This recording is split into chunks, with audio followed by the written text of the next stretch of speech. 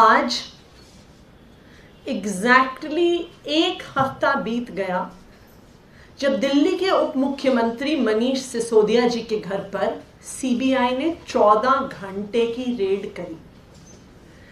एक हफ्ते बाद भी सीबीआई ये बताने को तैयार नहीं है कि जो रेड 14 घंटे चली उसमें सीबीआई को क्या मिला, कितने पैसे मिले, कितने सोने के बिस्किट मिले, कितने हीरे जवाहरात मिले, कितने संपत्ति के कागज मिले, कितने बेनामी संपत्ति के कागज मिले, सीबीआई अभी तक बताने को तैयार नहीं है। भारतीय जनता पार्टी के नेता और भारतीय जनता पार्टी के प्रवक्ता दिन में 4-4, 5-5 प्रेस वार्ताएं करते हैं, लेकिन उन्होंने अभी तक इतनी लंबी लंबी प्रेस वार्ताओं में यह नहीं बताया कि दिल्ली के उप मुख्यमंत्री के घर से क्या मिला। एक और चीज भी है जो भारतीय जनता पार्टी के प्रेस वार्ताओं में वो बता नहीं पा रहे हैं कि आखिरकार जो वो आरोप लगा रहे हैं कि दिल्ली में बहुत बड़ा घोटाला हुआ है, आखिरकार घोटाला हुआ कितने का है। भारतीय जनता पार्टी के अलग अलग नेता प्रेस कॉन्फ्रेंस में आके अलग अलग आंकड़े दे के जाते हैं। कोई कहता है 1.5 लाख करोड़ का घोटाला हुआ। मैं ऐसे भारतीय जनता पार्टी के प्रवक्ताओं को बता दूं कि 1.5 लाख करोड़ तो दिल्ली का बजट भी नहीं है। हालांकि यह भी स्पष्ट है कि मैथ्स उनका स्ट्रॉन्ग पॉइंट भी नहीं है। कुछ उनके नेता आके कहते हैं 8,000 करोड़ का घोटाला हुआ, कुछ कहते हैं 1100 करोड़ का घोटाला हुआ, कुछ कहते हैं 144 करोड़ का घोटाला हुआ, कुछ कहते हैं 30 करोड़ का हुआ। सीबीआई की एफआईआर कहती है शायद 1 करोड़ का हुआ, पता नहीं, अभी हमारे सूत्र बता रहे हैं। तो भारतीय जनता पार्टी और केंद्र सरकार की agency central bureau of investigation Manish Sisodia ji के घर पर 14 घंटे रेड होने के बाद भी बता नहीं पाई है कि रेड में क्या मिला, या ये जो तथाकथित घोटाला हुआ है ये क्या घोटाला है, ये कितने का घोटाला है। हमारे एमएलए को करोड़ों रुपए के ऑफर दिए जाते हैं, कहा जाता है कि आम आदमी पार्टी छोड़ दो, अरविंद केजरीवाल का साथ छोड़ दो, सरकार को तोड़ दो, सरकार को गिरा दो। जिस तरह से ये प्रयास अभी अलग अलग राज्यों में भी चल रहा है जो हम देख रहे हैं, ये सीबीआई की रेड, ये घोटाले का आरोप, ये एमएलए तोड़ने की कवायद, ये आखिरकार क्यों हो रहा है। ये इसलिए हो रहा है क्योंकि भारतीय जनता पार्टी को और प्रधानमंत्री नरेंद्र मोदी जी को यह सहन नहीं हो रहा है कि अरविंद केजरीवाल जो दिल्ली में काम कर रहे हैं उसकी पूरे देश में तारीफ हो रही है, पूरी दुनिया में तारीफ हो रही है। तो भारतीय जनता पार्टी सोच रही है किसी ना किसी तरीके से, चाहे सीबीआई से, चाहे ईडी से, चाहे आरोप लगा के, चाहे विधायक तोड़ के, किसी तरह तो अरविंद केजरीवाल की सरकार का काम रोका जाए। और अभी उसी श्रृंखला में एक नया आरोप लग गया है। तो सबसे पहले तो मैं भारतीय जनता पार्टी को यह कहना चाहूंगी कि आप जितनी भी कोशिश कर लें, आप अरविंद केजरीवाल की सरकार का काम नहीं रोक पाएंगे।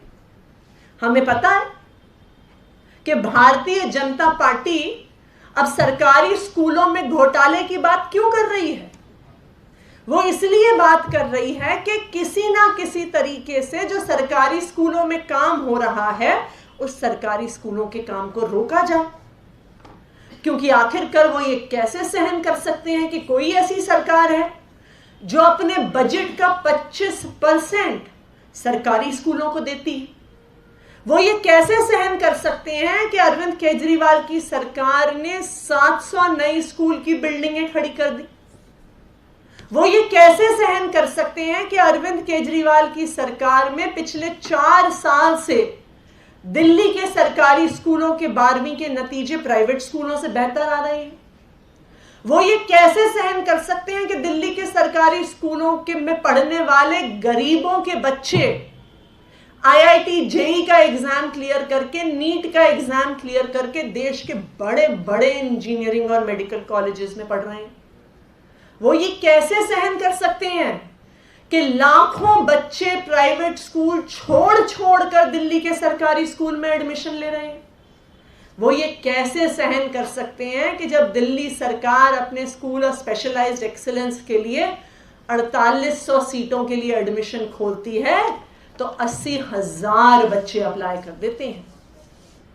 तो इसलिए भारतीय जनता पार्टी सोच रही है कि किसी तरीके से तो इनका काम रोका जाए, वरना हम जो काम कर रहे हैं उस पर सवाल उठने लग जाएंगे। आखिर क्या कर रही है भारतीय जनता पार्टी? मैं आपके सामने कुछ अभी डेटा रखूंगी। ये सरकारी स्कूलों का डेटा भारतीय जनता पार्टी की ही केंद्र सरकार की जो एजुकेशन मिनिस्ट्री है उससे हमने लिया है। और ये डेटा क्या बता रहा है? ये दिल्ली सरकार का डेटा नहीं है या आम आदमी पार्टी का डेटा नहीं है। ये एजुकेशन मिनिस्ट्री की अपनी वेबसाइट यूडाइस करके वेबसाइट है। ये उससे निकाला हुआ डेटा है जो क्या बता रहा है? वो बता रहा है कि जब से 2014 में देश में नरेंद्र मोदी जी की सरकार आई है, तब से लेके 2021 तक पूरे देश में 72,000 से ज्यादा सरकारी स्कूल बंद हो गए हैं। जहां पे भाजपा शासित राज्य हैं, उत्तर प्रदेश में 25,000 से ज्यादा सरकारी स्कूल बंद हो गए। मध्य प्रदेश में 22,000 सरकारी स्कूल बंद हो गए। असम में 6,000 से ज्यादा सरकारी स्कूल बंद हो गए। और ना सिर्फ स्कूल बंद हो रहे हैं, इन सब भाजपा शासित राज्यों में बच्चे सरकारी स्कूल छोड़ छोड़ के प्राइवेट स्कूल में एडमिशन ले रहे हैं। वैसे इस बात को सत्यापित करने के लिए हमें कोई डेटा नहीं चाहिए, हम सब ये देख रहे हैं अपनी आंखों से। लेकिन अगर आप डेटा भी उठा के देखो भारतीय जनता पार्टी की केंद्र सरकार का, तो वो आपको बता रहा है कि उत्तर प्रदेश में 2015 से 2 लाख से ज्यादा बच्चों ने सरकारी स्कूल छोड़ दिया और प्राइवेट स्कूल में एडमिशन ले लिया। मध्य प्रदेश में 14.5 लाख बच्चों ने सरकारी स्कूल छोड़ दिए। असम में 4 लाख से ज्यादा बच्चों ने सरकारी स्कूल छोड़ दिए। उत्तराखंड में 2 लाख से ज्यादा बच्चों ने सरकारी स्कूल छोड़ दिए। ये केंद्र सरकार का अपना डेटा बता रहा है।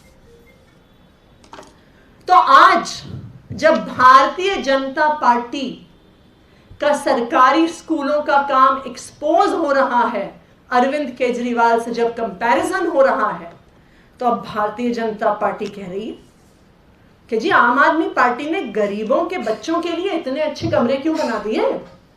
आप थोड़े टीन टप्पर वाले कमरे बनाते, आप वो टूटे फूटे बेंच देते सरकारी स्कूल के बच्चों को। क्यों गरीबों के कमरों को इतने अच्छे 5 स्टार कमरे मिल रहे हैं? आज भारतीय जनता पार्टी क्या पूछ रही है? भारतीय जनता पार्टी ये पूछ रही है कि भाई गरीबों के बच्चों को इतने अच्छे डेस्क देने की क्या जरूरत थी? उन्हें टाट पट्टी पे ही पढ़ने देते आप लोग। आज भारतीय जनता पार्टी ये कह रही है कि क्यों इतने अच्छे अच्छे स्मार्ट बोर्ड खरीदे आपने सरकारी स्कूल के बच्चों के लिए? उन्हें वो टूटे फूटे ब्लैक बोर्ड पे ही पढ़ने देते, जिसमें जब टीचर लिखती थी तो कुछ दिखता नहीं था। आज भारतीय जनता पार्टी ये पूछ रही है क्यों बनाए सरकारी स्कूल में टॉयलेट? क्या फर्क पड़ता था कि अगर एक जमाना ऐसा था 2015 से पहले कि लड़कियां सरकारी स्कूल में टॉयलेट यूज नहीं कर पाती थी, इंतजार करती थी कि जब दोपहर को घर पहुंचेंगे तब टॉयलेट जाएंगे। तो आज भारतीय जनता पार्टी कह रही है क्या फर्क पड़ता है, नहीं होने देते लड़कियों के लिए टॉयलेट? क्यों बनाए दिल्ली की सरकार ने, अरविंद केजरीवाल की सरकार ने इतने टॉयलेट सरकारी स्कूलों में? आज मैं भारतीय जनता पार्टी को एक खुली चुनौती देना चाहती हूं। दिल्ली से सटे हुए 2 राज्य हैं जहां पर भारतीय जनता पार्टी की सरकार है। एक तरफ हरियाणा है, एक तरफ उत्तर प्रदेश है।